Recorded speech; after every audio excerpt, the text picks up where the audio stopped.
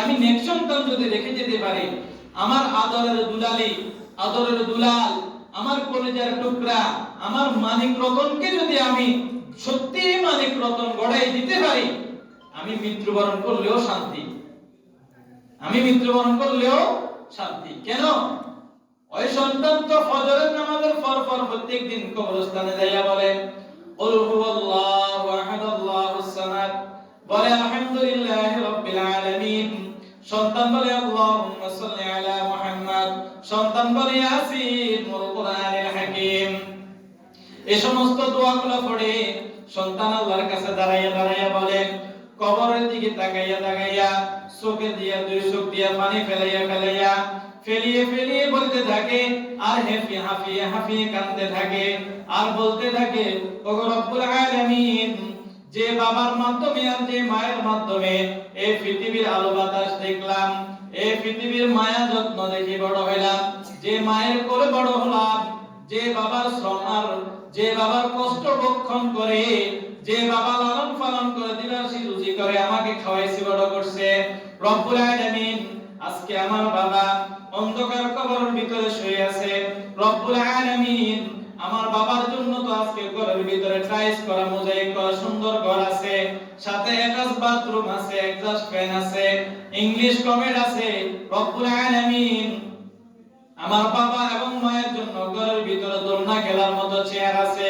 ওগো রব্বুল আলামিন, আমি তো একমাত্র সন্তান, প্রবাসের জমিনে থাকি, একটা মাত্র কম্বল 10,000 টাকা দিয়ে আমার নিয়ে আসছি আমার আব্বা আম্মুর জন্য।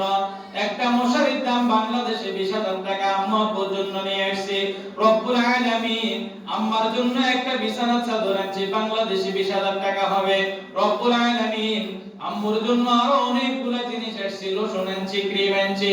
ওগো রব্বুল আলামিন, আজকে কবরস্থানের সামনে দাঁড়াইয়া কিছুই তো আমার আম্মা আব্বু আমার থেকে নিচ্ছে না, পাইতেছে না, লাইটের ব্যবস্থা করতে পারতেছি না।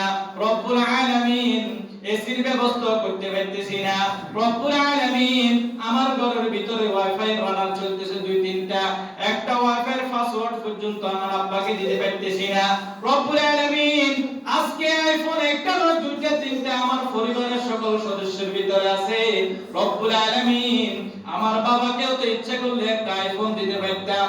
রব্বুল আলামিন, আমার বাবা আজকে অন্ধকার কবরের ভিতরে শুয়ে আছে, আইফোনও তো আব্বার জন্য দিতে পারতেছি না, একটা রাউটারের ওয়াইফাই নাম্বার পাসওয়ার্ড পর্যন্ত দেওয়া সম্ভব নাই।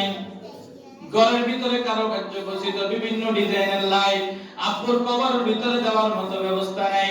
রব্বুল আলামিন, আমার বাবা আমাকে দুনিয়ার স্বর্ণের স্বর্ণ, হীরার হীরা, মণিমুক্তার মণিমুক্তা, আমার আব্বা লাইটের লাইট দুনিয়ার ভিতরে জ্বালাই দিয়েছে। আমি একমাত্র সন্তান, যাকে আমার বাবা সূরা ইয়াসিন শিখিয়ে গেছে, যাকে আমার বাবা কুল হুয়াল্লাহু আহাদ শুদ্ধ উচ্চারণে শিখিয়ে গেছে। রব্বুল আলামিন, যে বাবার কবরস্থানের সামনে দাঁড়িয়ে আমি আজকে সূরা ফাতিহা এই মুখ দিয়ে পড়লাম, একমাত্র বরকত আর ফয়জ আমার মায়ের কারণে।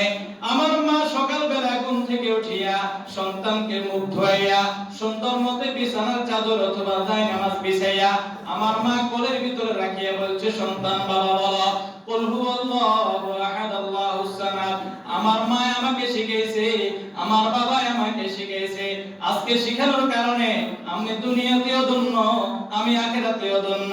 রব্বুল আলামিন, গোরস্থানের সামনে তেলাওয়াত করা এই সমস্ত আমলগুলোর সওয়াব সর্বপ্রথম নবীর রওজার ভিতরে পৌঁছায় দাও, এরপরে আমার কলিজার টুকরা, আমার কলিজার পরাণের পরাণ আম্মা এবং আব্বার কবরের ভিতরে পৌঁছায় দাও। আওয়ালাদিন সালিহিন ইয়াদউ লাহু, নেক সন্তান হইলে কি বলবো? এই কথা বলবো।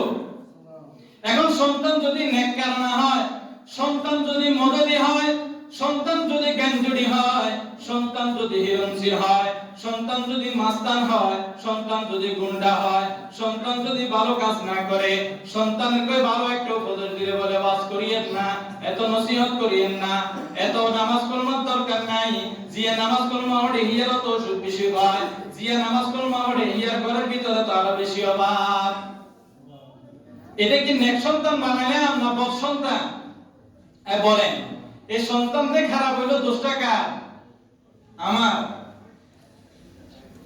একেবারে সাধারণ ভাবে বলি, আপনারা যারা কৃষি কাজ করেন, কেন জমিনে রোয়া লাগাইছেন, ধান ফেলছেন, একের কিনা দিও যাইয়েন না, দাম আসবনি করে। আচ্ছা লাগাইছেন ভালো কথা, বাঁচা হিসেবে করলেন না, জৈব সারও দিলেন না, পানিও দিলেন না, দাম আসবনি করে। তো আপনার যে পরিমাণ পরিশ্রম আর কষ্ট ধানের ভিতরে হবে, যে পরিমাণ কষ্ট আর পরিশ্রম গাছের ভিতরে হবে, ওই পরিমাণ ফসল আর ফলন আপনি আশা করতে পারেন। তো তাহলে সন্তানটাও তো এমন, সন্তানকে যদি সুন্দর মতো লালন পালন করি, দ্বীনি শিক্ষায় শিক্ষিত করে গড়ে উঠাইতে পারতাম, সন্তানটাকে যদি ফজর নামাজটা জামাতে সুদি পড়াইতে শিখাইতাম, যেভাবে হাত দিয়ে ধরে রাস্তাটা পার করে দিলাম, ও ভাই ও দোস্ত বুজুর্গ, যেভাবে ধরে দুনিয়ার রাস্তা পার করলাম অ্যাক্সিডেন্ট হয়ে যাওয়ার ডরে ভয়ে, যেভাবে ধরে পানির কিনারে গোসল করাইলাম, কেন পানির ভিতরে পড়লে সাঁতার জানে না, ডুবে মারা যাবে। ও ভাই ও দোস্ত বুজুর্গ, এই সন্তানটা তো আখিরাতের জগতের কথা চিন্তা করলাম না, সন্তানটা তো জাহান্নামের দিকে চলে যায়, সন্তানটা তো জাহান্নামের দিকে চলে যায়। কোনদিন তো হাত দিয়ে ধরি কবরস্থান তো দূরের কথা, মসজিদে আনি মসজিদ তো চিনাইলাম না, নিজেও তো মসজিদে আসলাম না। বলেন না সৎ সন্তান যদি না হয়, সন্তান না হলে সন্তান থেকে সৎ কিছু আশা করাটাও তো ভুল, ভুল না?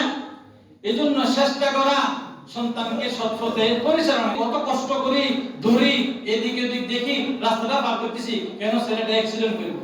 তো ছেলে তো বড় হয়ে বড় অ্যাক্সিডেন্ট করতেছে, মার্ডার করতেছে, অন্যের মাথার ভিতরে গুলি ছুটতে